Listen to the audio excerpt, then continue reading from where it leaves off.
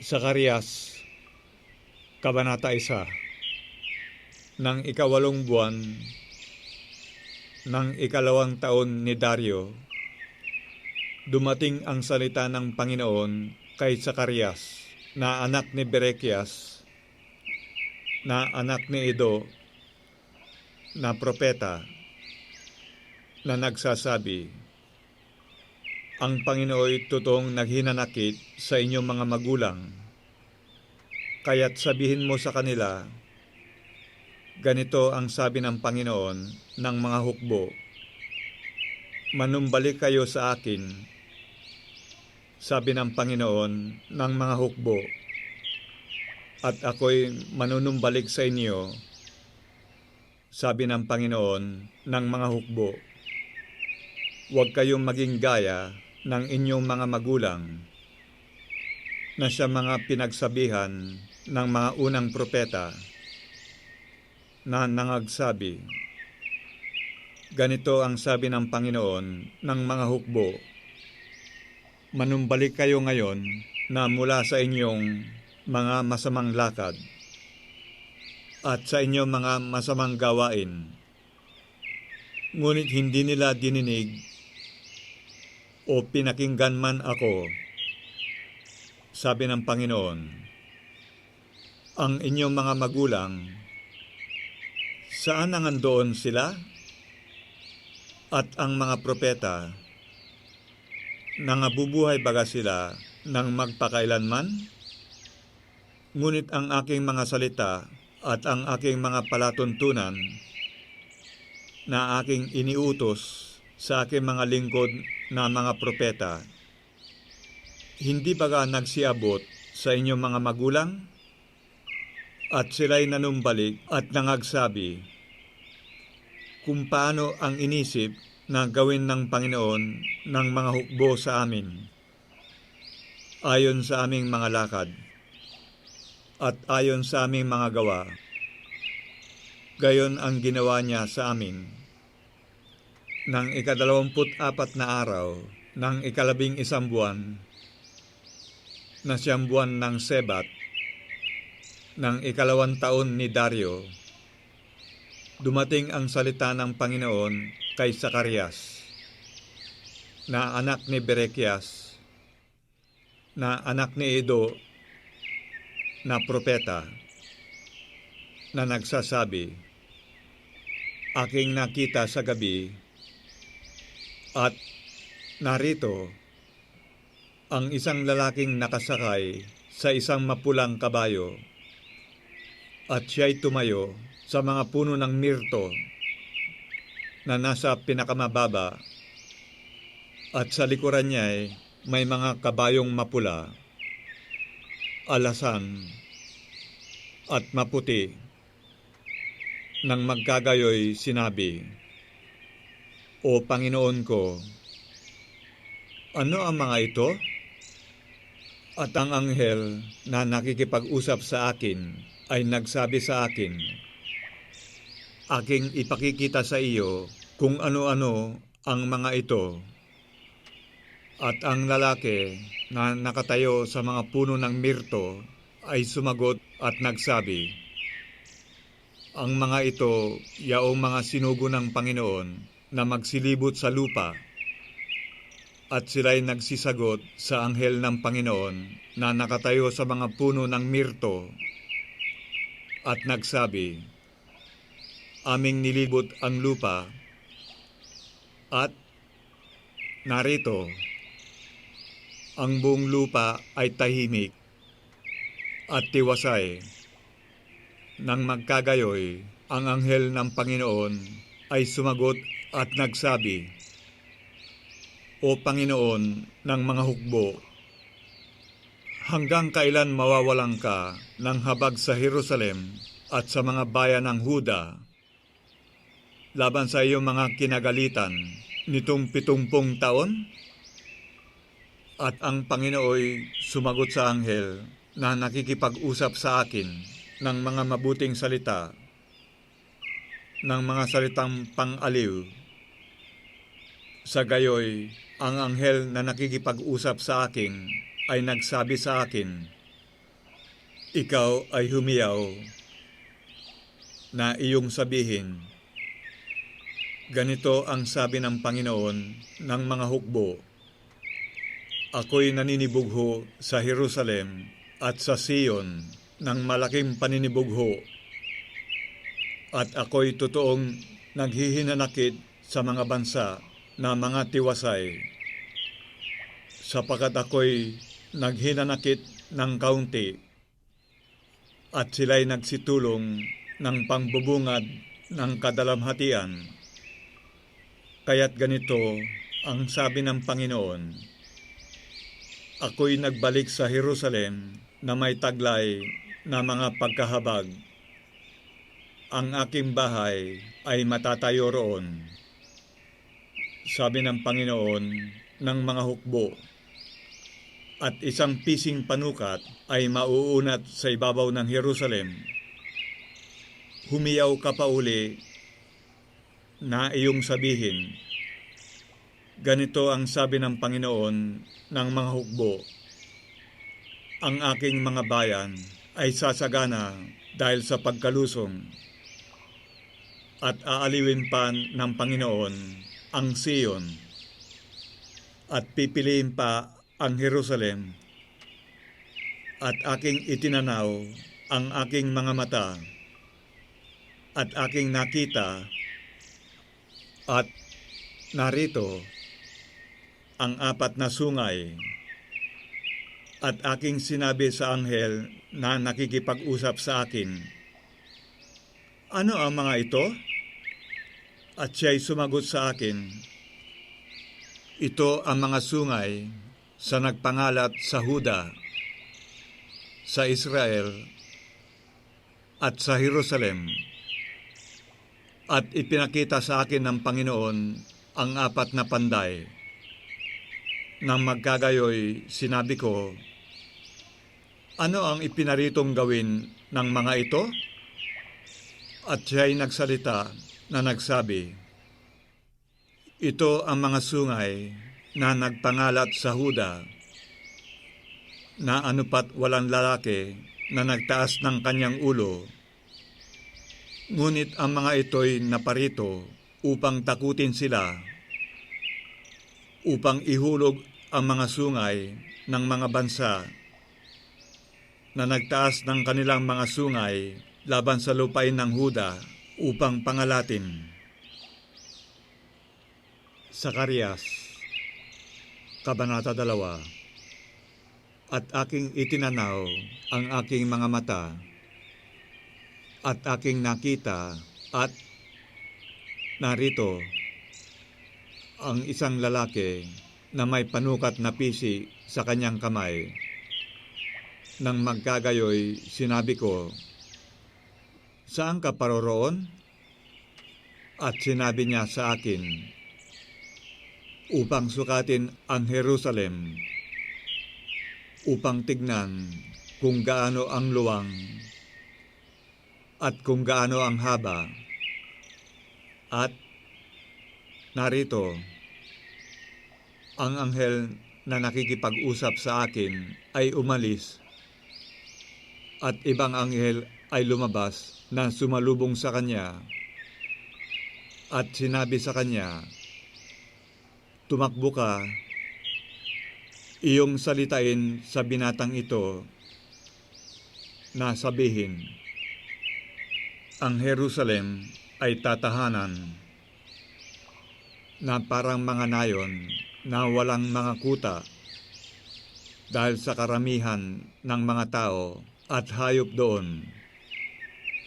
Sapagat ako, sabi ng Panginoon, ay magiging sa kanya'y isang kutang apoy sa palibot, at ako'y magiging kaluwalhatian sa gitna niya.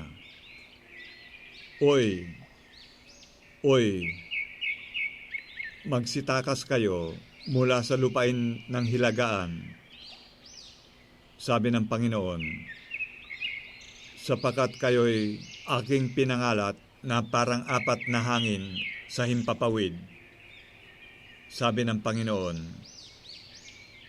Oy Sion, Tumanan ka, ikaw na tumatanan ng kasama ng anak na babae ng Babylonia, sapagkat ganito ang sabi ng Panginoon ng mga hukbo, dahil sa kaluwalhatian ay sinugo niya ako sa mga bansa na nananamsam sa inyo, sapagkat ang humihipo sa inyo ay humihipo sa itim ng kanyang mata, sapagkat narito, aking ikukumpas ang aking kamay sa kanila, at sila'y magiging samsam niyaong nangaglilingkod sa kanila, at inyong malalaman na ang Panginoon ng mga hukbo ang nagsugo sa akin. Ikaw ay umawit at magalak, o anak na babae ng Siyon, sapagkat narito, ako'y naparirito, at ako'y tatahan sa gitna mo, sabi ng Panginoon, at maraming bansa ay magpipisan sa Panginoon sa araw na yaon, at magiging aking bayan, at ako'y tatahan sa gitna mo, at iyong malalaman na ang Panginoon ng mga hukbo ay siyang nagsugo sa akin sa iyo, at mamanahin ng Panginoon ang Huda na pinakabahagi niya sa banal na lupain, at pipiliin pa ang Jerusalem. Tumahimik ang lahat na tao sa harap ng Panginoon, sapagkat siya'y gumising na sa kanyang banal na tahanan. Zacarias, Kabanata 3. At ipinakita niya sa akin si Josue na pangulong saserdote na nakatayo sa harap ng anghel ng Panginoon, at si Satanas na nakatayo sa kanyang kanan upang maging kanyang kaaway. At sinabi ng Panginoon kay Satanas, sawayin ka nawa ng Panginoon, o Satanas. Oo, ang Panginoon na pumili ng Jerusalem ay sumaway nawa sa iyo. Di ba ka ito'y isang dupong na naaagaw sa apoy? Si Josue nga ay nabibihisan ng maruming kasuotan at nakatayo sa harap ng anghel. At siya'y sumagot at nagsalita sa mga yaon na nangakatayo sa harap niya, na nagsabi, hubarin ninyo ang mga maruming suot sa kanya.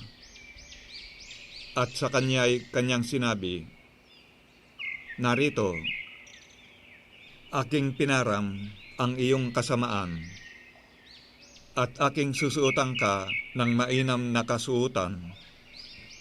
At aking sinabi, susuotan siya nila ng isang magandang mitra sa kanyang ulo. Sa gayoy, sinuotan siya ng magandang mitra sa kanyang ulo, at sinuotan siya ng mga kasuotan. At ang anghel ng Panginoon ay nakatayo sa siping. At ang anghel ng Panginoon ay tumutol kay Josue na nagsabi, ganito ang sabi ng Panginoon ng mga hukbo, kung ikaw ay lalakad sa aking mga daan, at kung iyong iingatan ang aking bilin, iyo nga ring hahatulan ang aking bayan, at iyo ring iingatan ang aking mga looban, at bibigyan kita ng kalalagyan sa gitna ng mga ito na nangakaharap. Dinggin mo ngayon, o Josue, na pangulong saserdote. Dinggin mo, at ng iyong mga kasama na nangakaupo sa harap mo, sapagkat sila'y mga taong pinakatanda, sapagkat narito, aking ilalabas ang aking lingkod na sanga, sapagkat narito, Ang bato na aking inilagay sa harap ni Josue, sa ibabaw ng isang bato ay may 7 mata. Narito, aking iuukit ang ukit niyaon, sabi ng Panginoon, ng mga hukbo, at aking aalisin ang kasamaan ng lupaing yaon sa isang araw. Sa araw na yaon, sabi ng Panginoon ng mga hukbo, tatawagin ng bawat isa sa inyo ang kanyang kapwa sa lilim ng puno ng ubas at sa lilim ng puno ng igos. Zacarias, Kabanata 4. At ang anghel na nakipag-usap sa akin ay bumalik, at ginising ako na gaya ng tao na nagigising sa kanyang pagkakatulog. At sinabi niya sa akin, "Ano ang iyong nakikita?" At aking sinabi, ako'y tumingin at narito, isang kandelero na taganas na ginto na may tasa sa ibabaw niyaon at ang 7 ilawan niyaon sa ibabaw. May 7 tubo sa bawat isa sa mga ilawan na nasa ibabaw niyaon at may 2 puno ng olibo sa siping niyaon, isa sa dakong kanan ng tasa at ang isa'y sa dakong kaliwa niyaon. At ako'y sumagot at nagsalita sa anghel na nakikipag-usap sa akin, na aking sinabi, "Anong mga bagay ito, Panginoon ko?" Nang magkagayoy, ang anghel na nakikipag-usap sa akin ay sumagot na nagsabi sa akin, "Hindi mo baga nalalaman kung ano ang mga ito?" At aking sinabi, "Hindi, Panginoon ko." Nang magkagayoy, siya'y sumagot at nagsalita sa akin na nagsasabi, "Ito ang salita ng Panginoon kay Zorobabel na sinasabi, hindi sa pamamagitan ng kalakasan ni ng kapangyarihan, kundi sa pamamagitan ng aking espiritu, sabi ng Panginoon ng mga hukbo. Sino ka? O malaking bundok? Sa harap ni Zorobabel ay magiging kapatagan ka, at kanyang ilalabas ang pangulong bato na may hiyawan.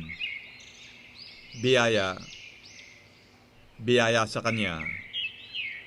Bukod dito'y ang salita ng Panginoon ay dumating sa akin na nagsasabi, ang mga kamay ni Zorobabel ay siyang naglagay ng mga tatagang baon ng bahay na ito.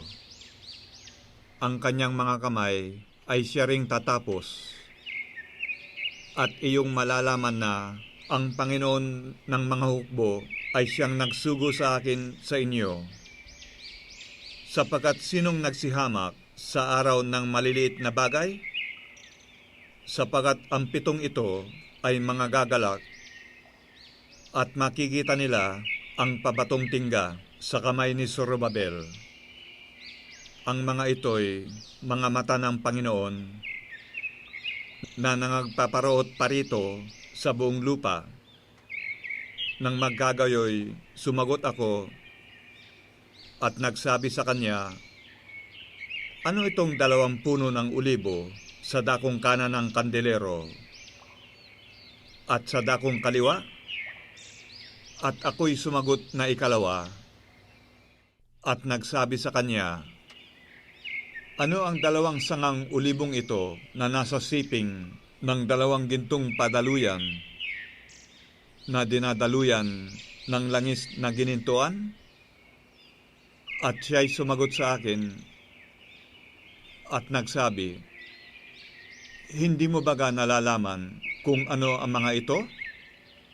At aking sinabi, hindi, Panginoon ko. Nang magkagayoy, sinabi niya, ito ang dalawang anak na pinahiran ng langis na nakatayo sa siping ng Panginoon ng buong lupa. Zacarias, Kabanata 5. Nang magkagayoy, itinanaw ko uli ang aking mga mata at aking nakita, at narito, isang lumilipad na balumbon. At sinabi niya sa akin, ano ang iyong nakikita? At ako'y sumagot, aking nakikita'y isang lumilipad na balumbon.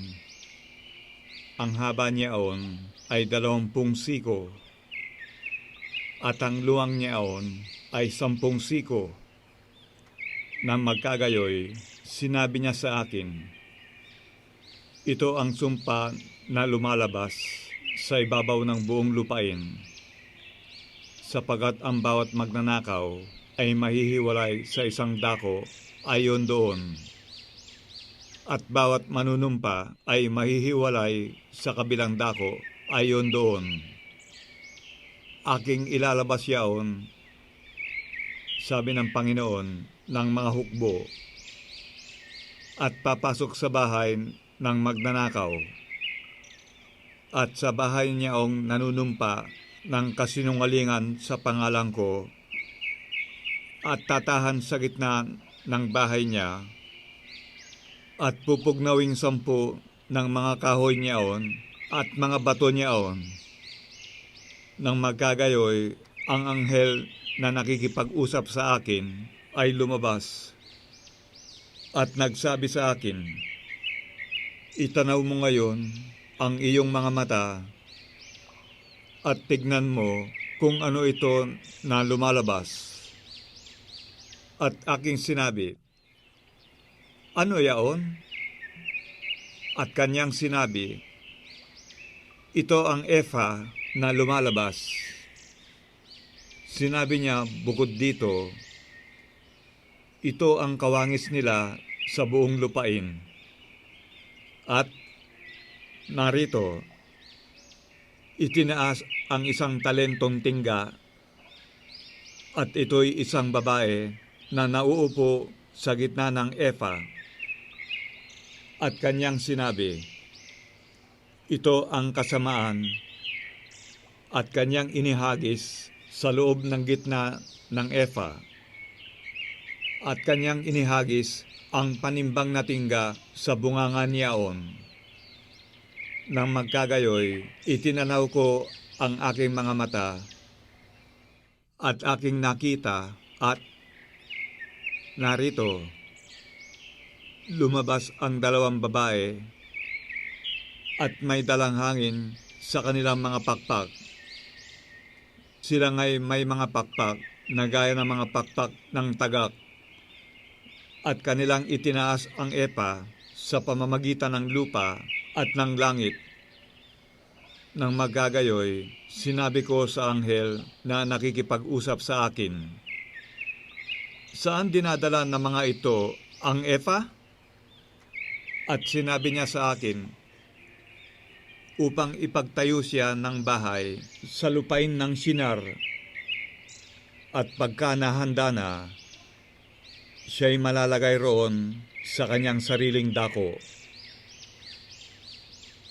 Zacarias, Kabanata 6. At itinanaw ko uli ang aking mga mata at aking nakita, at narito, lumabas ang 4 na karo mula sa pagitan ng 2 bundok, at ang mga bundok ay mga bundok na tanso. Sa unang karo ay may mga kabayong mapula, at sa ikalawang karo ay mga kabayong maitim, at sa ikatlong karo ay may mga kabayong maputi, at sa ika-4 na karo ay mga kabayong kulay abo. Nang magkagayoy, ako'y sumagot at sinabi ko sa anghel na nakikipag-usap sa akin, Ano ang mga ito, Panginoon ko? At ang anghel ay sumagot at nagsabi sa akin, ito ang apat na hangin sa himpapawid na lumalabas na pinakasugo mula sa harapan ng Panginoon ng buong lupa. Ang karo na kinasisingkawan ng mga kabayong maitim ay lumalabas sa dakong lupaing hilagaan. At ang sa mga maputi ay lumalabas na kasunod na mga yaon. At ang mga kulay abo ay nagsilabas sa dakong lupaing timugan.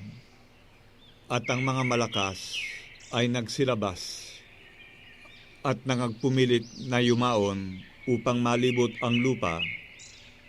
At kanyang sinabi, kayo'y magsiyaon at mangagparoot parito sa buong lupa. Sa gayoy, sila'y nangagparoot parito sa buong lupa.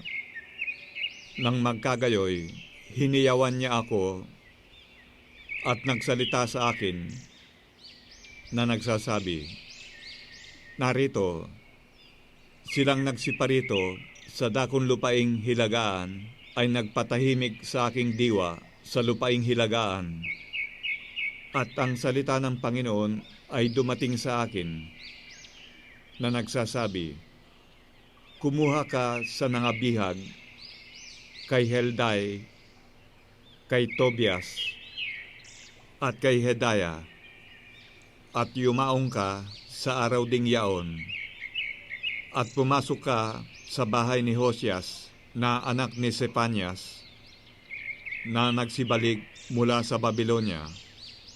Oo, kumuha ka sa kanila ng pilak at ginto, at gawin mong mga putong, at mga iputong mo sa ulo ni Josue na anak ni Josadak, na pangulong saserdote, at salitain mo sa kanya na sabihin, ganito ang salita ng Panginoon ng mga hukbo na nagsasabi, narito, ang lalaki na ang pangalay sanga at siya'y sisibol sa kanyang dako at itatayo niya ang templo ng Panginoon.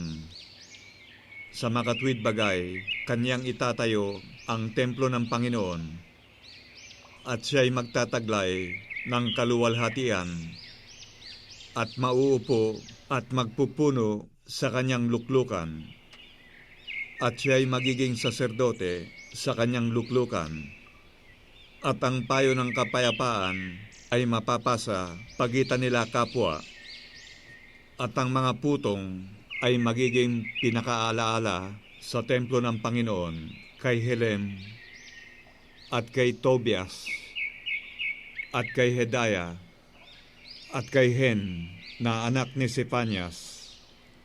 At silang na nga sa malayo ay magsisiparito at mangagtatayo sa loob ng templo ng Panginoon.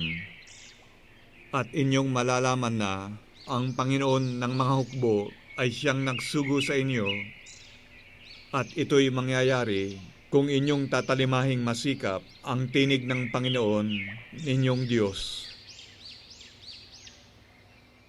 Zacarias, Kabanata 7. At nangyari, nang ika-4 na taon ng Haring si Dario, na ang salita ng Panginoon ay dumating kay Zacarias ng ika-4 na araw ng ika-9 na buwan. Sa makatwid bagay, sa Kislev, sinugo nga ng mga taga Bet-El si Sariser at si Regimelek at ang kanilang mga lalaki upang hilingin ang lingap ng Panginoon at upang magsalita sa mga saserdote ng bahay ng Panginoon ng mga hukbo at sa mga propeta na sabihin, iiyak baga ako sa ika-5 buwan na ako'y hihiwalay gaya ng aking ginawa nitong maraming taon? Nang magkagayoy, dumating ang salita ng Panginoon ng mga hukbo sa akin na nagsasabi, "Salitain mo sa lahat ng tao ng lupain at sa mga saserdote na iyong sabihin, nang kayo'y mag-ayuno at tumangis ng 5 at 7 buwan, nito ngang 70 taon, kayo bagay nag-ayunong lubos sa akin para sa akin?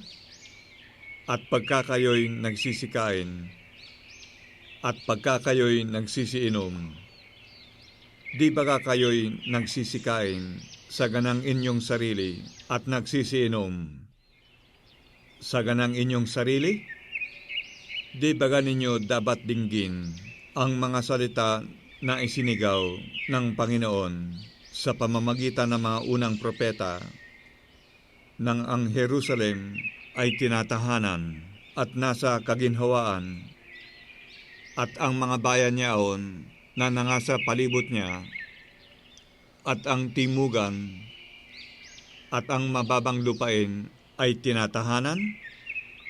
At ang salita ng Panginoon ay dumating kay Zacarias na nagsasabi, ganito ang sinalita ng Panginoon ng mga hukbo na nagsasabi, mangaglapat kayo ng tunay na kahatulan at magpakita ng kaawaan at ng kahabagan ang bawat isa sa kanyang kapatid. At huwag ninyong pighatiin ang babaeng bao, ni ang ulilaman, ang taga-ibang lupa, ni ang dukhaman, at sino man sa inyo ay huwag mag-isip ng kasamaan sa inyong puso laban sa kanyang kapatid. Ngunit kanilang tinanggihang dinggin at kanilang iniurong ang balikat at nagtakip ng pakinig upang huwag nilang marinig. Oo, kanilang ginawa na parang batong diamante ang kanilang puso upang huwag magsidinig ng kautusan at ng mga salita na ipinasugo ng Panginoon ng mga hukbo sa pamamagitan ng kanyang espiritu ng mga unang propeta. Kaya't dumating ang malaking puot na mula sa Panginoon ng mga hukbo at nangyari na kung paanong siya'y sumigaw at hindi nila dininig, ay gayon sila sisigaw at hindi ko didinggin, sabi ng Panginoon ng mga hukbo, kundi aking pangangalatin sila sa pamamagitan ng ipo-ipo sa gitna ng lahat na bansa na hindi nila nakikilala. Ganito nasira ang lupain pagkatapos nila na anupat walang tao na nagdadaan o nagbabalik sapagkat kanilang inihandusay na sira ang kaaya-ayang lupain. Zacarias, Kabanata 8. At ang salita ng Panginoon ng mga hukbo ay dumating sa akin na nagsasabi, ganito ang sabi ng Panginoon ng mga hukbo, ako'y may paninibugho sa Sion ng malaking paninibugho, at ako'y may paninibugho sa kanya ng malaking puot. Ganito ang sabi ng Panginoon, ako'y nagbalik sa Sion at tatahan ako sa gitna ng Jerusalem, at ang Jerusalem ay tatawagin bayan ng katotohanan, at ang bundok ng Panginoon ng mga hukbo, ang banal na bundok. Ganito ang sabi ng Panginoon ng mga hukbo, tatahanan pa ng mga matandang lalaki at babae ang mga lansangan ng Jerusalem, bawat tao na may kanyang tungkod sa kanyang kamay dahil sa totoong katandaan. At ang mga lansangan ng bayan ay mapupuno ng mga batang lalaki at babae na naglalaro sa mga lansangan niyaon. Ganito ang sabi ng Panginoon ng mga hukbo, kung maging kagilagilalas sa mga mata ng nalabi sa bayang ito sa mga araw na yaon. Magiging kagilagilalas din naman baga sa aking mga mata? Sabi ng Panginoon ng mga hukbo. Ganito ang sabi ng Panginoon ng mga hukbo. Narito, aking ililigtas ang aking bayan sa lupaing silanganan at sa lupaing kalunuran, at aking dadalhin sila at sila'y magsisitahan sa gitna ng Jerusalem, at sila'y magiging aking bayan, at ako'y magiging kanilang Diyos sa katotohanan at sa katwiran. Ganito ang sabi ng Panginoon ng mga hukbo. Inyong palakasin ang inyong mga kamay. Ninyong nakakarinig sa mga araw na ito ng mga salitang ito sa bibig ng mga propeta.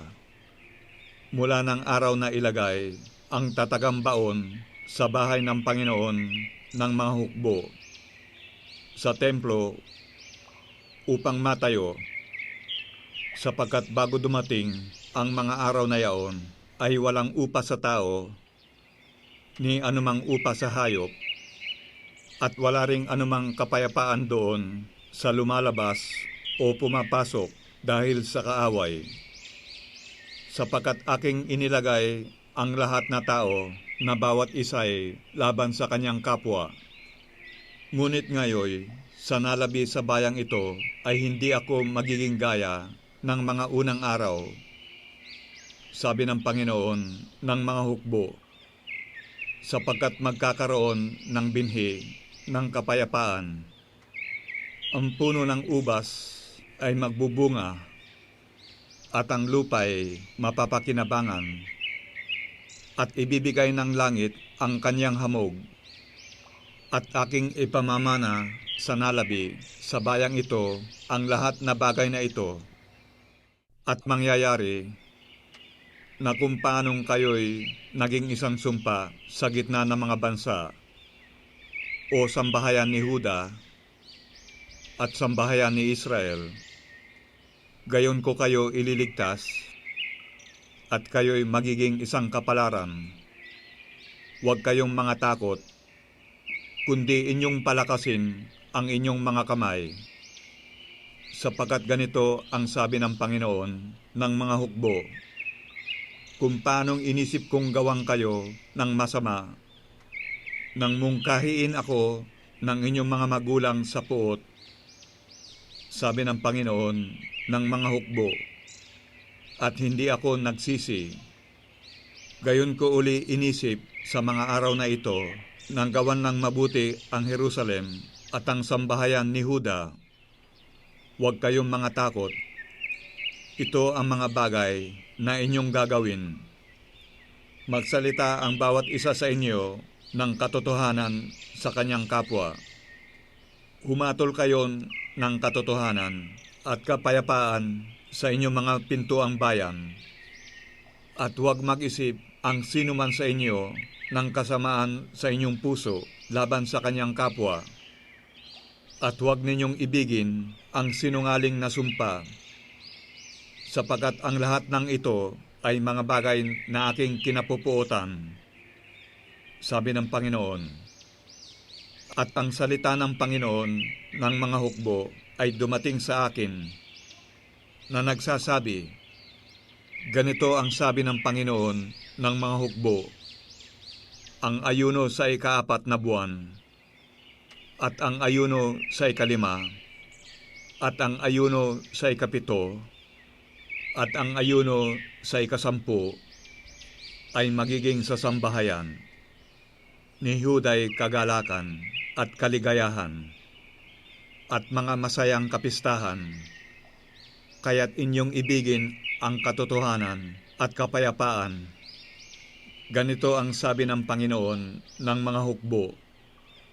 Mangyayari pa na darating ang mga bansa at ang nagsisitahan sa maraming bayan, at ang nagsisitahan sa isang bayan ay paroroon sa isa na magsasabi, magsiparoon tayong madali na ating hilingin ang lingap ng Panginoon.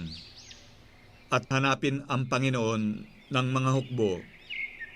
Ako man ay paroroon. Oo, maraming bansa at mga matibay na bansa ay magsisiparoon upang hanapin ang Panginoon ng mga hukbo sa Jerusalem at hilingin ang lingap ng Panginoon. Ganito ang sabi ng Panginoon ng mga hukbo: sa mga araw na yaoy mangyayari na 10 lalaki sa lahat ng wika sa mga bansa ay magtatanganan. Sila nga'y magsisitangan sa laylayan niya na Hudyo na magsasabi, kami ay magsisiyaong kasama mo sapagkat aming narinig na ang Diyos ay kasama mo.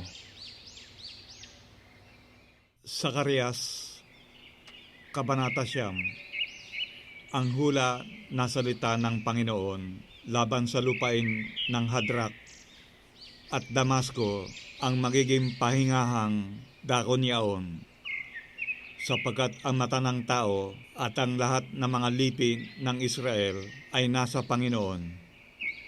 At gayon din sa Hamat na kahangganan nito, sa Tiro at Sidon, sapagkat sila'y totoong pantas. At ang Tiro ay nagtayon ng katibayan at nagbunton ng pilak na parang alabok at ng mainam na ginto na parang putik sa mga lansangan. Narito, aalisan siya ng Panginoon at kanyang sisirain sa dagat ang kapangyarihan niya at siya'y lalamunin ng apoy. Makikita ng Askalon at matatakot ng Gazarin at mamamanglaw na mainam at ng Ekron, sapagkat ang kanyang pag-asa ay mapapahiya at ang hari ay mamamatay sa Gaza at ang Askalon ay hindi tatahanan at isang anak sa ligaw ay tatahan sa Asdod. At aking puputulin ang kapalaluan ng mga Pilisteo at aking aalisin ang kanyang dugo sa kanyang bibig at ang kanyang mga kasuklam-suklam sa pagitan ng kanyang mga ngipin, at siya na may maiiwan para sa ating Diyos. At siya'y magiging gaya ng Pangulo sa Huda, at ang Ekron ay gaya ng Hebuseo, at ako'y magtitirik ng kampamento sa palibot ng aking bahay laban sa hukbo, na walang makadadaan ni makababalik, at walang mamimighati na daraan pa sa mga yaon. Sapagkat ngayoy tumingin ako ng aking mga mata, magalak kang mainam, o anak na babae ng Sion. Humiyaw ka, o anak na babae ng Jerusalem. Narito, ang iyong hari ay naparirito sa inyo. Siya'y ganap at may pagliligtas, mapagmababa, at nakasakay sa isang asno, sa isang batang asno na anak ng asnong babae. At aking ihihiwalay ang karo mula sa Ephraim at ang kabayoy mula sa Jerusalem, at ang mga busog na pambaka ay mapuputol, at siya'y magsasalita ng kapayapaan sa mga bansa, at ang kanyang kapangyarihan ay magiging sa dagat, at mula sa ilog hanggang sa mga wakas ng lupa. Tungkol sa iyo naman, dahil sa dugo ng iyong tipan ay aking pinalabas ang iyong mga bilanggo sa hukay na walang tubig. Mangagbalik kayo sa katibayan, kayong mga bilanggo na may pag-asa. Ngayoy aking inihahayag na aking igagawad sa inyo na makalawa, sapagkat aking binaluktot ang Huda para sa akin. Aking inakmaan ang Efraim ng busog, at aking gigisingin ang iyong mga anak, O Sion, laban sa inyong mga anak, O Gresya, at gagawin kitang parang tabak ng makapangyarihang lalaki. At ang Panginooy makikita sa itaas nila, at lalabas ang kanyang pana na parang kidlat, at ang Panginoong Diyos ay hihihip ng pakakak at yayaon na kasama ng mga ipo-ipo sa timugan.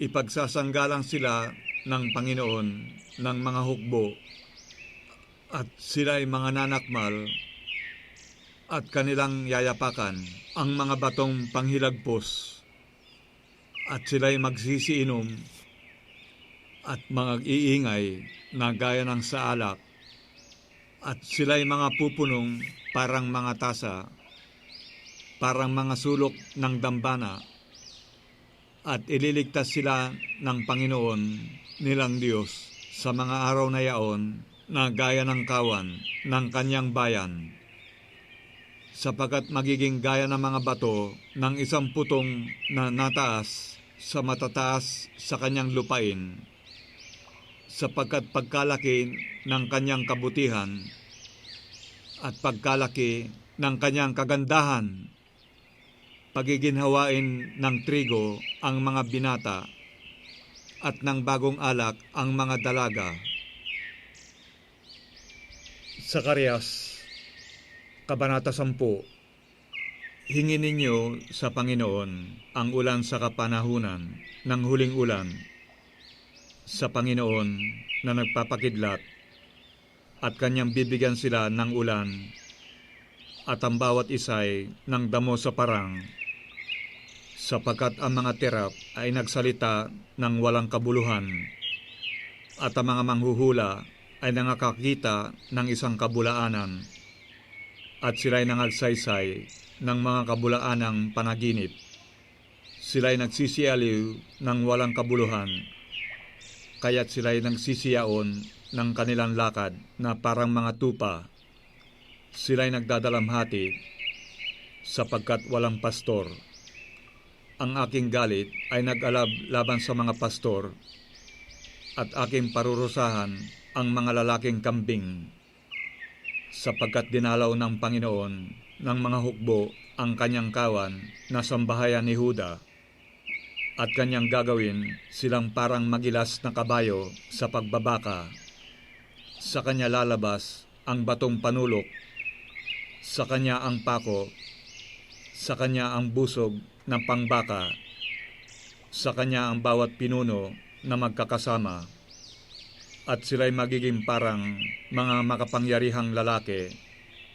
Nayayapakan nila ang kanilang mga kaaway sa putik sa mga lansangan sa pagbabaka, at sila'y magsisilaban, sapagkat ang Panginoon ay sumasa kanila, at ang mga mangangabayo ay mga tutulig, at aking palalakasin ang sambahayan ni Huda, at aking ililigtas ang sambahayan ni Jose, at aking ibabalik sila uli, sapagkat ako'y naawa sa kanila, at sila'y magiging parang hindi ko itinakwil, sapagkat ako ang Panginoon nilang Diyos, at aking didinggin sila. At ang mga sa Efraim ay magiging parang makapangyarihang lalaki, at ang kanilang puso ay mga gagalak na gaya ng saalak. Oo, ito'y makikita ng kanilang mga anak at mga gagalak. Ang kanilang puso ay masasayahan sa Panginoon. Aking susutsutan sila, at sila'y pipisanin, sapagkat aking tinubos sila, at sila'y magsisidami ng gaya ng kanilang dinami, at aking pangangalatin sila sa gitna ng mga bansa, at aalalahanin nila ako sa mga malayong lupain, at sila'y magsisitahang kasama ng kanilang mga anak, at magsisipagbalik. Aking dadalhin uli sila mula sa lupain ng Ehipto, at pipisanin sila mula sa Assyria, at aking dadalin sila sa lupain ng Galaad at Libano, at walang dakong masusumpungan para sa kanila, at siya'y magdadaan ng dagat ng kadalamhatian, at hahawiin ng mga alon sa dagat, at ang lahat ng kalaliman sa Nilo ay matutuyo, at ang kapalaluan ng Assyria ay mababagsak, at ang setro ng Ehipto ay mawawala, at aking palalakasin sila sa Panginoon, at sila'y magsisilakad na paitaas at paibaba sa kanyang pangalan, sabi ng Panginoon. Zacarias, Kabanata 11. Ibukas mo ang iyong mga pinto, o Libano, upang supukin ng apoy ang iyong mga sedro. Manambitan ka, o puno ng abeto, sapagkat ang sedro ay nabuwal, sapagkat ang mga mabuti ay nabuwal. Magsipanambitan kayo, o mga insina sa Basan, sapagkat ang matibay na gubat ay nasira. Ang isang hugong ng panambitan ng mga pastor, sapagkat ang kanilang kaluwalhatian ay nasira. Ang isang hugong ng ungal ng mga batang leon, sapagkat ang kapalaluan ng Hordan ay nasira. Ganito ang sabi ng Panginoong kong Diyos: pakanin mo ang kawan na papatayin, na mga pinapatay ng mga may-ari, at hindi mga inaaring may sala, at silang nangagbibili ng mga yaon ay nangagsasabi, purihin ang Panginoon, sapagkat ako'y mayaman. At ang kanilang sariling mga pastor ay hindi nangaawa sa mga yaon, sapagkat hindi na ako maaawa sa nagsisitahan sa lupain, sabi ng Panginoon. Kundi, narito, aking ibibigay ang bawat isa sa mga tao sa kamay ng kanyang kapwa at sa kamay ng kanyang hari, at kanilang ipapahamak ang lupain, at mula sa kanilang kamay ay di ko ililigtas sila. Sa gayoy, aking pinapanginain ang kawan na papatayin, katotohanang kaawa-awang kawan. At nagdala ako ng 2 tungkod. Ang isa'y tinawag kong maganda, at ang isa'y tinawag kong mga panali, at aking pinapanginain ang kawan, at aking inihiwalay ang 3 pastor sa 1 buwan, sapagkat ang aking kaluluwa ay nagsawa sa kanila, at sila'y nayamot sa akin. Nang magkagayoy, sinabi ko, hindi ko na papanginginainin kayo. Ang namamatay ay mamamatay, at ang nahihiwalay ay mahiwalay, at ang mga iwan ay mga kainan ng laman ng isa't isa. At hinawakan ko ang aking tungkod na maganda, at aking binali upang aking sirain ang aking tipan na aking ipinakipagtipan sa lahat ng mga bayan. At nasira ng araw na yaon, at ganito nakilala ng kaawa-awa sa kawan na nagmamasid sa akin sa yaoy salita ng Panginoon.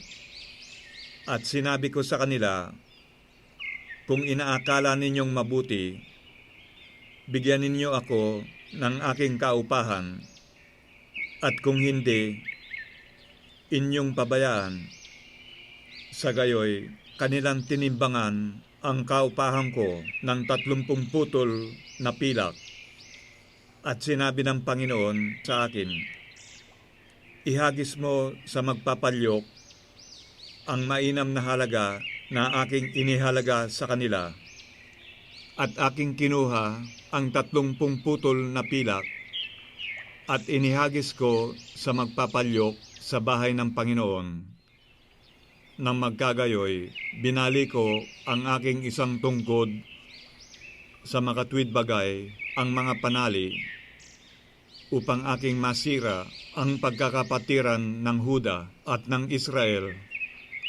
At sinabi sa akin ng Panginoon, magdala ka pa uli ng mga kasangkapan ng isang mangmang na pastor, sapagkat narito, ako'y magditindig ng isang pastor sa lupain na hindi dadalawin yaong nangahihiwalay, ni hahanapin man yaong nangaliligaw, ni pagagalingin man yaong mga pilay, ni papanginginainin man yaong mga magaling, kundi kanyang kakainin ang laman ng mataba at lulurayin ang kanilang mga kuko.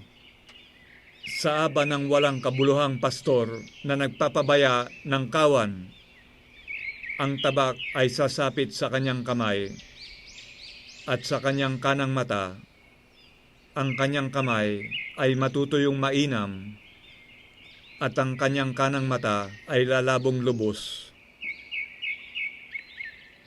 Zacarias, Kabanata 12.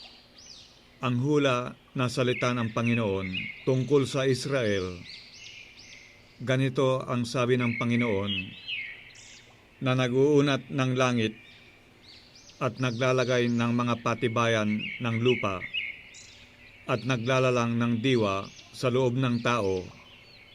Narito, aking gagawin ang Jerusalem na isang tasang panglito sa lahat ng bayan sa palibot, at sa Huda man ay magiging gayon sa pagkakubkob laban sa Jerusalem. At mangyayari sa araw na yaon na aking gagawin ang Jerusalem na isang batong mabigat sa lahat ng bayan. Lahat na magsipasan sa kanya ay mga susugatang mainam, at ang lahat na bansa sa lupa ay magpipisan laban sa kanya.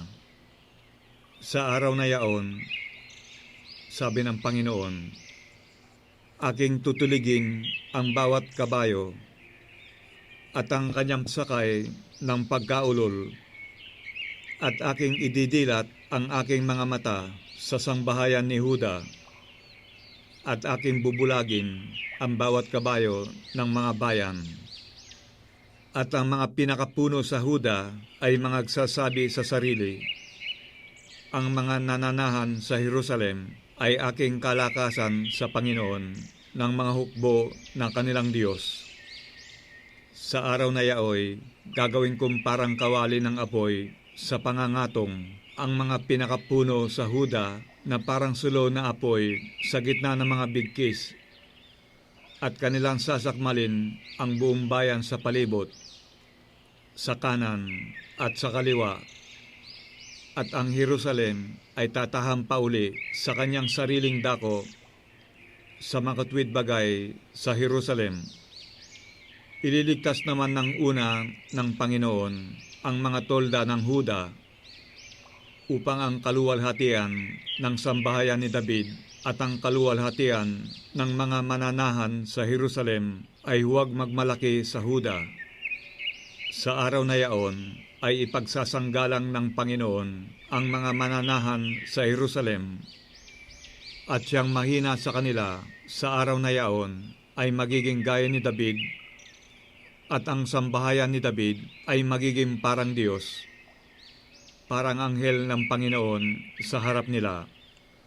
At mangyayari sa araw na yaon na aking pagsisikapang gibain ang lahat na bansa na naparoroon laban sa Jerusalem, at aking bubuhusan ang sambahayan ni David at ang mga mananahan sa Jerusalem ng espiritu ng biyaya at ng daing, at sila'y magsisitingin sa akin na kanilang pinaglagpasan, at kanilang tatangisan siya na gaya ng pagtangis sa bugtong na anak, at magiging kapanglawan sa kanya na parang kapanglawan sa kanyang panganay. Sa araw na yaon ay magkakaroon ng malaking pagtangis sa Jerusalem na gaya ng pagtangis kay Adad-rimon sa libis ng Megido, at ang lupain ay tatangis, bawat angkan ay bukod. Ang angkan ng sambahayan ni David ay bukod, at ang kanilang mga asawa ay bukod. Ang angkan ng sambahayan ni Nathan ay bukod, at ang kanilang mga asawa ay bukod. Ang angkan ng sambahayan ni Levi ay bukod, at ang kanilang mga asawa ay bukod. Ang angkan ni Simei ay bukod, at ang kanilang mga asawa ay bukod. Ang lahat na angkang nalabi, bawat angkan ay bukod, at ang kanilang mga asawa ay bukod. Zacarias, Kabanata 13. Sa araw na yaon ay mabubuksan ang isang bukal sa sambahayan ni David at sa mga mananahan sa Jerusalem sa kasalanan at sa karumihan. At mangyayari sa araw na yaon, sabi ng Panginoon ng mga hukbo, na aking ihihiwalay sa lupain ang mga pangalan ng mga Diyos-Diyosan, at sila'y hindi na mga alaala pa, at aking palalayasin naman ang mga propeta at ang karumal-dumal na espiritu sa lupain. At mangyayari na pagka ang sinuman ay manghuhula, sasabihin nga sa kanya ng kanyang ama at ng kanyang ina na nanganak sa kanya, ikaw ay hindi mabubuhay, sapagkat ikaw ay nagsalita ng kabulaanan sa pangalan ng Panginoon. At palalagpasan siya ng kanyang ama at ng kanyang ina na nanganak sa kanya, samantalang siya'y nanguhula. At mangyayari sa araw na yaon na ang mga propeta ay mga hihiya bawat isa dahil sa kanyang pangitain. Pagka siya'y nanguhula, hindi man sila magsusuot ng kasuotang balahibo upang mandaya, kundi kanyang sasabihin, ako'y hindi propeta, ako'y mangbubukid sa lupa, sapagkat ako'y pinapaging alipin mula sa aking pagkabinata. At sasabihin ng isa sa kanya, ano ang mga sugat na ito sa pagitan ng iyong mga bisig? Kung magkagayoy, siya'y sasagot, yan ang mga naging sugat ko sa bahay ng aking mga kaibigan. Gumising ka o tabak laban sa pastor ko at laban sa lalaki na aking kasama, sabi ng Panginoon ng mga hukbo.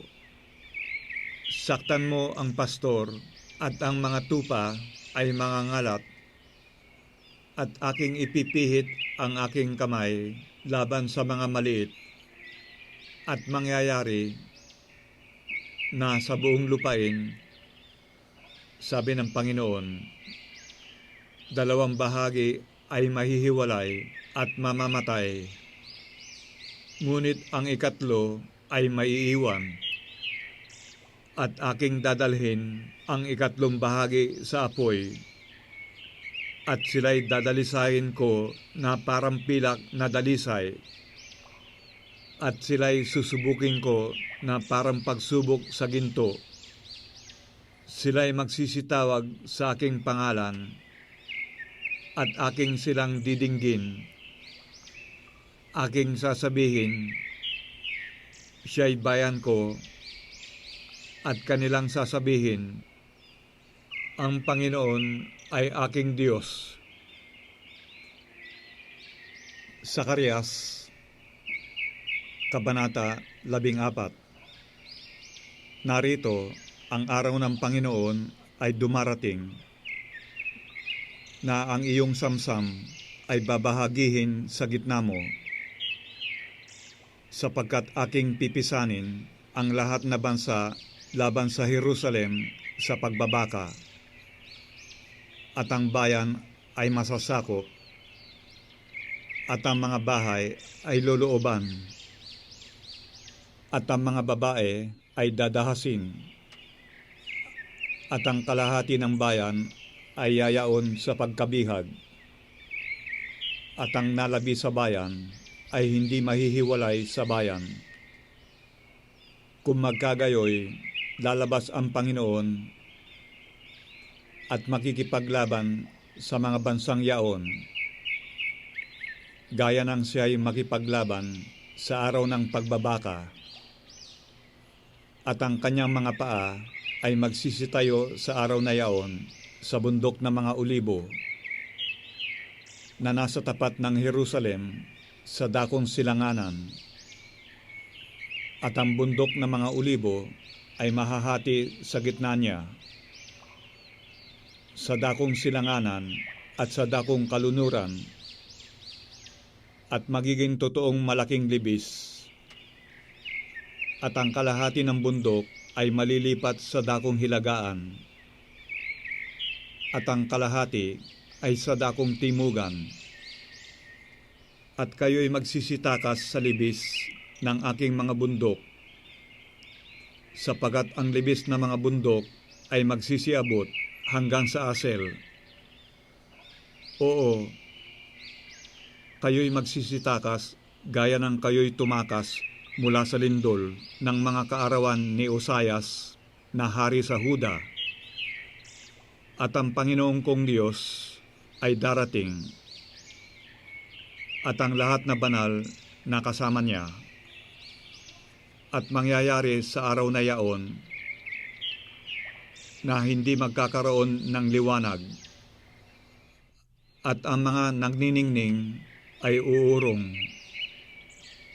Ngunit magiging isang araw na kilala sa Panginoon, hindi araw at hindi gabi, ngunit mangyayari na sa gabi ay magliliwanag, at mangyayari sa araw na yaon na ang buhay na tubig ay magsisibalong mula sa Jerusalem, kalahati niya ay sa dakong dagat silanganan, at kalahati niya ay sa dakong dagat kalunuran. Sa tag-init at sa taginaw mangyayari, at ang Panginooy magiging hari sa buong lupa. Sa araw na yaoy, magiging ang Panginoon ay isa, at ang kanyang pangalan ay isa. Ang buong lupain ay magiging gaya ng Araba, mula sa Geba hanggang sa Rimon na timugan ng Jerusalem, at siya'y matataas at tatahan sa kanyang dako mula sa pintuang bayan ng Benjamin hanggang sa dako ng unang pintuang bayan, hanggang sa sulok na pintuang bayan, at mula sa muog ng Hananel hanggang sa pisaan ng ubas ng hari. At ang mga tao'y magsisitahan doon, at hindi na magkakaroon pa ng sumpa, kundi ang Jerusalem ay tatahang tiwasay. At ito ang salot na ipinananalot ng Panginoon sa lahat na bayan na nakipagdigma laban sa Jerusalem. Ang kanilang laman ay matutunaw, samantalang sila'y nangakatayo ng kanilang mga paa, at ang kanilang mga matay mga tutunaw sa kanilang ukit, at ang kanilang dila ay matutunaw sa kanilang bibig. At mangyayari sa araw na yaon na magkakaroon ng isang malaking kaingay sa gitna nila na mula sa Panginoon, at hahawak ang bawat isa sa kanila sa kamay ng kanyang kapwa, at ang kamay niya ay magbubuhat laban sa kamay ng kanyang kapwa. At ang Huda naman ay makikipaglaban sa Jerusalem. At ang kayamanan ng lahat na bansa sa palibot ay mapipisan. Ginto at pilak at kasuutan na totoong sagana, at magiging gayon ang salot sa kabayo, sa mula, sa kamelyo, at sa asno, at sa lahat ng hayop na naroroon sa mga kampamentong yaon na gaya ng salot na ito, at mangyayari sa bawat maiwan sa lahat na bansa na naparoon laban sa Jerusalem ay aahon taon-taon upang sumamba sa hari, sa Panginoon ng mga hukbo, at upang ipangilin ang mga kapistahan ng mga balag. At mangyayari na ang sinuman sa mga angkan sa lupa na hindi umahon sa Jerusalem upang sumamba sa hari, sa Panginoon ng mga hukbo, sila'y mawawalan ng ulan. At kung ang angkan ng Ehipto ay hindi umahon at hindi pumaroon, mawawalan din ng ulan sila. Magkakaroon ng salot na ipinananalot ng Panginoon sa mga bansa na hindi nagsisiahon upang ipagdiwan ang kapistahan ng mga balag. Ito ang magiging kaparusahan sa Ehipto at kaparusahan sa lahat na bansa na hindi nagsisiahon upang ipagdiwan ang kapistahan ng mga balag. Sa araw na yaon ay magkakaroon sa mga kampanilya ng mga kabayo kabanalan sa Panginoon, at ang mga palyok sa bahay ng Panginoon ay magiging gaya ng mga tasa sa harap ng dambana. Oo, bawat palyok sa Jerusalem at sa Huda ay aariing banal sa Panginoon ng mga hukbo, at silang lahat na nangaghahain ay magsisiparoon at magsisikuhan yaon at magpapakulo roon. At sa araw na yaon ay hindi na magkakaroon pa ng Kananeo sa bahay ng Panginoon ng mga hukbo.